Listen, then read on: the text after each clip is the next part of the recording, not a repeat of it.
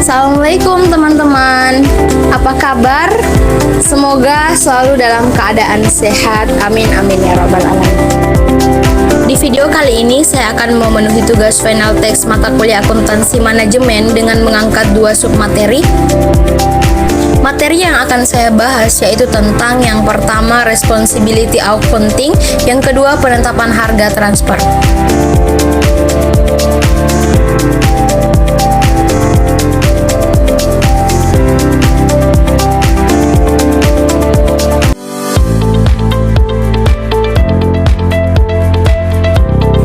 Apa sih yang dimaksud dengan responsibility accounting itu? Nah, teman-teman sekalian, responsibility accounting atau akuntansi pertanggungjawaban merupakan salah satu konsep dari akuntansi manajemen dan sistem akuntansi yang dikaitkan dan disesuaikan dengan pusat-pusat pertanggungjawaban yang ada dalam organisasi. Atau akuntansi pertanggungjawaban adalah suatu sistem evaluasi kinerja para manajer yang didasarkan atas aktivitas di bawah supervisi manajer bersangkutan. Adapun pusat pertanggungjawaban atau responsibility center adalah suatu bagian atau segmen atau subunit dari organisasi yang dipimpin oleh seorang manajer yang bertanggung jawab. Tentu saja, bagian atau segmen atau subunit tersebut memerlukan pengendalian pada produksi dan jasa. Definisi lain dari pusat pertanggungjawaban adalah suatu kumpulan set aktivitas yang dibebankan pada seorang manajer, sebuah kelompok manajer atau karyawan. Selanjutnya, tipe pusat pertanggungjawaban, di mana yang pertama pusat biaya atau pusat pertanggungjawaban yang menimbulkan biaya namun tidak secara langsung menghasilkan penjualan. Yang kedua, pusat penjualan, pusat pertanggungjawaban dibebani tanggung jawab untuk melakukan penjualan setinggi mungkin. Yang ketiga, profit center atau pusat laba adalah pusat pertanggungjawaban yang bertanggung jawab atas seluruh beban dan penjualan. Yang keempat, investasi center atau pusat investasi, suatu pusat pertanggungjawaban yang bertanggung jawab atas beban, penjualan, dan juga atas keputusan investasi atas sejumlah dana yang tersedia. Apa saja sih tujuan dan keuntungan responsibility accounting?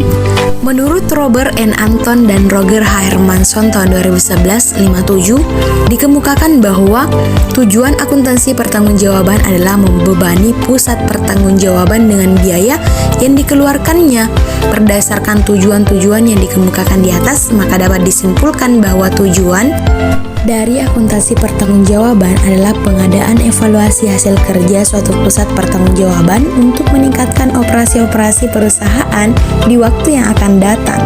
Keuntungannya, yang pertama dasar penyusunan anggaran, yang kedua penilaian kerja manajer pusat pertanggungjawaban, yang ketiga pemotivasi manajer, yang keempat alat untuk memantau efektivitas program pengelolaan aktivitas. Perhitungan ROI. Secara sederhana, Return of Investment atau disingkat dengan ROI dapat didefinisikan sebagai suatu perhitungan yang memungkinkan suatu usaha untuk menentukan jumlah usaha yang diterima dari penanaman sejumlah modal yang berupa uang atau sumber daya. Contoh kasus pada perusahaan. Nah, di sini saya mengambil salah satu perusahaan, sebut saja sebagai perusahaan Fadila, ingin membeli alat yang bisa melakukan pekerjaan yang harus dilakukan oleh 6 orang pekerja manusia. Harga alat tersebut adalah sebesar 125 juta rupiah, sedang gaji yang ingin dihilangkan adalah 2.500.000 rupiah. Bila ingin menghitung ROI selama setahun, berikut perhitungannya. Gaji yang bisa dihilangkan adalah total pendapatan investasi, berarti perhitungannya adalah 6 orang dikali 2.500 dikali 12 bulan sama dengan 180 juta rupiah. Sedangkan biaya investasi adalah harga beli alat sebesar 125 juta rupiah. Sehingga ROI dihitung, ROI sama dengan 180 juta rupiah dikurangi 125 juta rupiah dibagi 125 juta rupiah dikali 100% sama dengan 44%. Kesimpulannya, tingkat ROI sebesar 44%.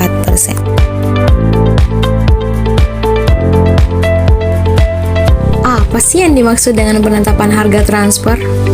Harga transfer adalah harga barang atau jasa yang ditransfer antar pusat pertanggungjawaban dalam perusahaan, meliputi semua bentuk alokasi biaya dari departemen ke departemen lain dan harga jual produk atau jasa yang ditransfer antar pusat laba.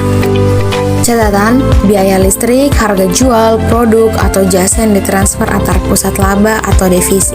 Metode penentuan harga transfer. Harga transfer atas dasar biaya atau cost based transfer price. Bagian A atas dasar biaya lengkap atau full cost.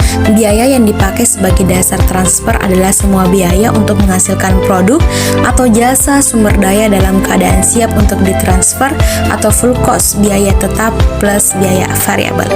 Adapun kelemahannya, tidak ada insentif untuk unit penjualan untuk mentransfer barang atau jasa kepada unit pembeli karena laba unit penjual dihitung terlalu rendah dan sebaliknya laba terlalu tinggi bagi unit penerima. Contoh kasus pada perusahaan. Perusahaan Fadila memiliki dua divisi A dan divisi B. Di divisi A akan menjual produknya sejumlah 1.000 unit kepada divisi B dengan biaya sebagai berikut. Biaya produksi sebesar 190 juta rupiah, biaya administrasi dan umum sebesar 50 juta rupiah, biaya pemasaran sebesar 20 juta rupiah. Total biaya penuh divisi A sebesar 260 juta rupiah. Total aktiva yang diperkirakan pada awal tahun anggaran adalah sebesar 1 miliar rupiah dan laba yang diharapkan yang dinyatakan dalam ROI sama dengan 20%. Berapa presentasi markup dan harga transfer per unit? Perhitungan markup-nya, biaya administrasi dan umum sebesar 50 juta rupiah, biaya pemasaran sebesar 20 juta rupiah, laba yang diharapkan sama dengan 20% dikali dengan 1 miliar ribu rupiah sama dengan 200 juta rupiah. Jumlah biaya dan laba sebesar 270 juta rupiah, biaya produksi sebesar 190 juta rupiah, markup-nya sama dengan 142%.